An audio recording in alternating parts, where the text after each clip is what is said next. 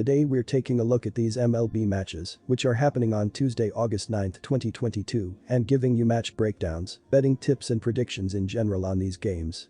Welcome back to High Stakes, let's get straight into it. Also, don't forget to subscribe to get notified as soon as we release these sport prediction videos, and if you would like more betting tips and predictions, then check out our Patreon in the link down below. Our new Patreon is a way for us to help you improve your chances of making more money.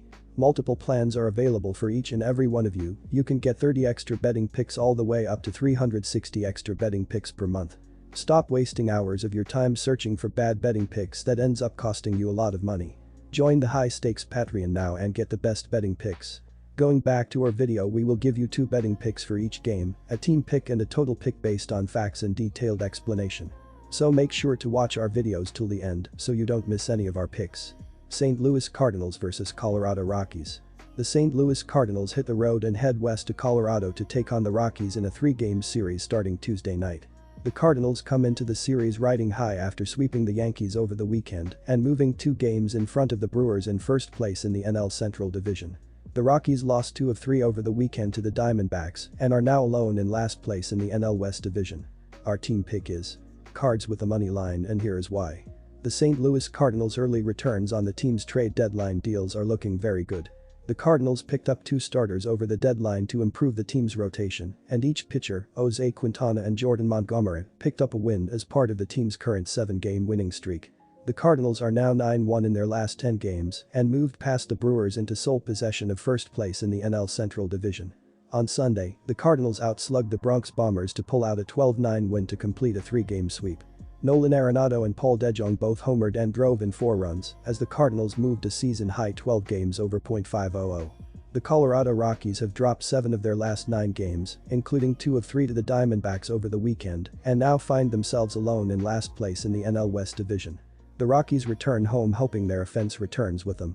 The Rockies closed their series in Arizona with a 6-4 loss on Sunday as the team found an unusual way to lose this time, a balk.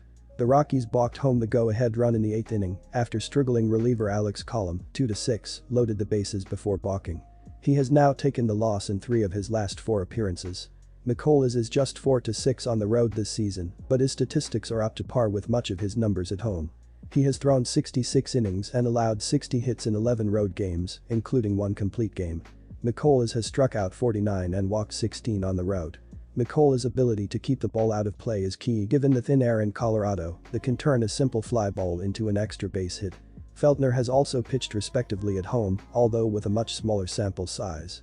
He will likely last much less than McCullers in the spot and will likely be gone prior to the 5th inning based on his innings pitched up to this point. The Cardinals have been launching the ball as of late, so they should have their way in hitter-friendly Coors Field. Our total pick is over the total, and here is why. The Rockies have been one of the poorer teams from the hill this year, and those problems are not just at home. They give up 5.47 runs per game at Coors, but that number is just as high on the road.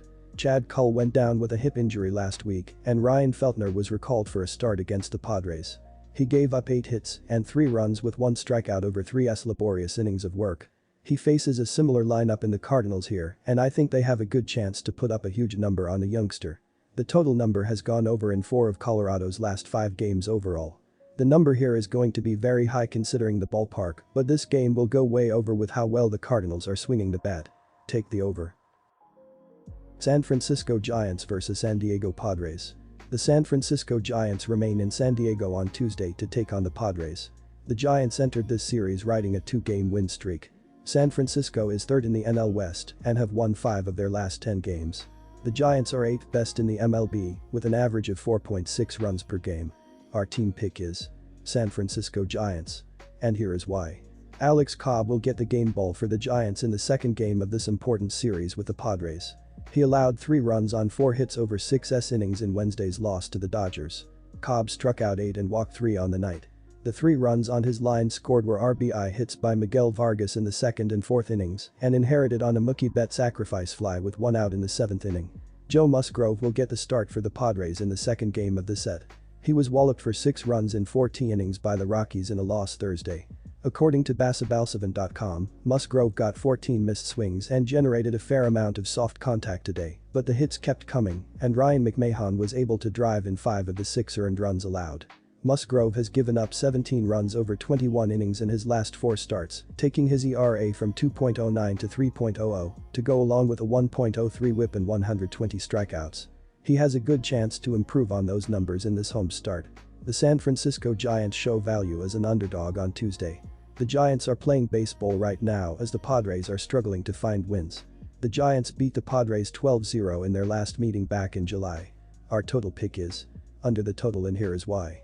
After the Padres acquired Josh Hader, Juan Soto, and Josh Bell at the trade deadline, they have high hopes for the rest of the year. Although they are behind the Dodgers in the NL West, they have a good chance of making the wild card. Pitching has been their calling card for their success. They are holding opposing hitters to the 5th lowest batting average, strike out the 5th most batters, and have served up only 110 home runs this year. San Francisco is a far cry from what they were last season when they had a magical run. Injuries have certainly played a role in that, but they are not the same lineup from both batting and pitching angles. With that said, they are still alive and kicking in a very competitive National League wild card race, so you can expect a strong effort from Cobb. I fully anticipate the Padres winning this game, but it will not be a high-scoring affair by any means. San Francisco allows the fewest home runs in the majors, and Petco Park is not the most hitter-friendly place in the league. Also, these teams are very familiar with one another, so look for the leashes to be short for each respective starting pitcher. Look for a 3-1 or 4-2 type of Padres win here with the game staying under. Pittsburgh Pirates vs Arizona Diamondbacks.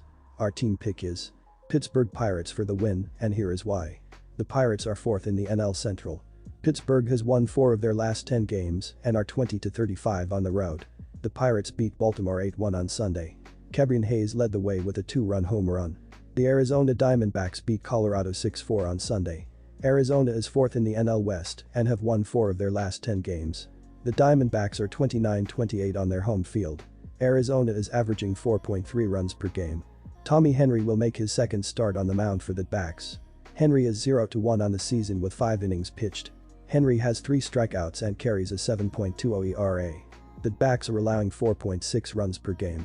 The Pittsburgh Pirates have not been good at the plate this season as a team, as they are 28th in the sport with a .653 team ops, while scoring 3.63 runs per game thus far.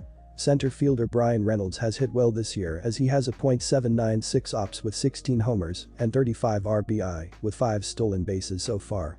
He has been hitting well in his last 7 games, as he is 8 for 26 with a home run, 3 RBI, and 6 runs scored in that span. Tommy Henry just made his MLB debut last time out and did decent as he has a 6.7 barrel percentage, 83.3 mph average exit velocity, 13.6 strikeout percentage, and 13.6 walk percentage. Henry threw 5 different pitches: fastball, slider, changeup, curveball, sinker, and his fastball was decent as hitters were 3 for 8 against it. It will be interesting to see as he faces a softer lineup. The Pittsburgh Pirates show value as they will be facing Tommy Henry on the mound. Henry does not have much MLB experience this season. Our total pick is under 9 runs. The Arizona Diamondbacks have been doing decently well on the offensive side of the game as they are 19th in the majors with a .694 team ops while averaging 4.25 runs per game so far. Second baseman Ketel Marte has been hitting pretty well as he has posted a .798 ops with 10 home runs and 37 RBI with 4 stolen bases on 5 tries. Zach Thompson has been struggling this season when looking at his baseball saving page as he is in the 7th percentile in SBA, 10th percentile in strikeout percentage, 11th percentile in XSLG, and 11th percentile in XERA. He has a 5-pitch arsenal: cutter, sinker, curveball, fastball, changeup, and his sinker has been hit the most as it has a .300 batting average against with a .360 slugging percentage against it. Thompson faced the D-backs once this season as he won by going 5 shutout innings and gave up just 4 hits with 2 walks and 4 strikeouts.